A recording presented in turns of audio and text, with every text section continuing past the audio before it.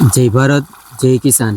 આજના વિડીયોમાં હું મિત્રો તમને બતાવીશ કે શિયાળુ પાકની અંદર હવામાનની અંદર તાપમાનનું પ્રમાણ ખૂબ જ ઊંચું હોવાને કારણે બધા પાકોમાં સુકારો છે અને મારે પણ કલોંજીમાં સુકારો હોવાને કારણે અમે એક ટ્રીટમેન્ટ કરી રહી છીએ। એનું પરિણામ કેવું આવશે ને એ હવે આવતા સમયમાં બતાવીશ। પણ આજે આ ટ્રાયકોડર્મા છે, સુડોમોનાસ છે અને આ છે માઇકોરાજો। આ એની આખી એક કીટ જ આવે છે। ત્રણેય વસ્તુ ભેગી કરી અને આ ડ્રમમાં નાખી અને પાણી સાથે ઘોળી અને પાણી ભેગું પીવડાવી રહીએ છીએ। એનું પરિણામ કેવું આવશે ને એ આગળ હું તમને વિડીયોમાં બતાવીશ। પણ સુકારો તો બધો જ છે જ, બધા પાકોમાં સુકારો છે જ। એનું કારણ છે તાપમાનમાં વધારે તાપમાનના હિસાબે।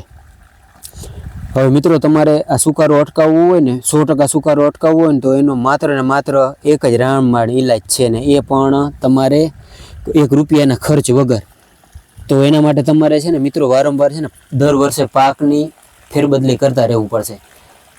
એકને એક પાક છે એ વધારે વખત વાવશો ને તો 100% સુકારોનું પ્રમાણ વધી જશે। એટલે આ વર્ષે એક તારણ અમે કાઢેલું છે કે જે ખેડૂતોએ સતત 2 વર્ષથી વાવે છે એને સુકારો છે, પછી 3 વર્ષે સતત વાવેલ છે એને વધારે છે, એનાથી વધારે 4 વર્ષથી સતત વાવેલ છે ને કોઈ પણ પાક એમાં સુકારો વધારે છે। એટલે દર વર્ષે તમારે બદલતા જાઓ, એનાથી સુકારામાં ઘણી રાહત થશે।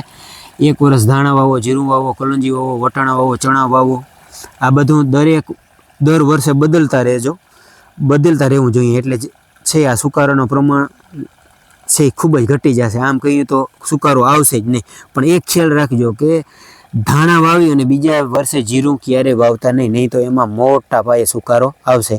અને મિત્રો આવો કોઈ ટ્રીટમેન્ટ તમારે સુકારો આવ્યો હોય ને કોઈ પણ ટેકનિકલ તમને હાથે લાગ્યું હોય અને એમાં તમે એને 100% જો સફળતા મળી હોય તો કમેન્ટ જરૂર કરજો। એટલે કે તમે જે સફળતા મળી છે એ અમારી ચેનલના માધ્યમથી, મારા માધ્યમથી બીજા ખેડૂત સુધી પહોંચાડશું, જેથી કરીને એ ખેડૂતને પણ ફાયદો થાય, સુકારો જાય અને વધારે ઉત્પાદન આવે। તો આજના વિડીયોમાં આટલું જ।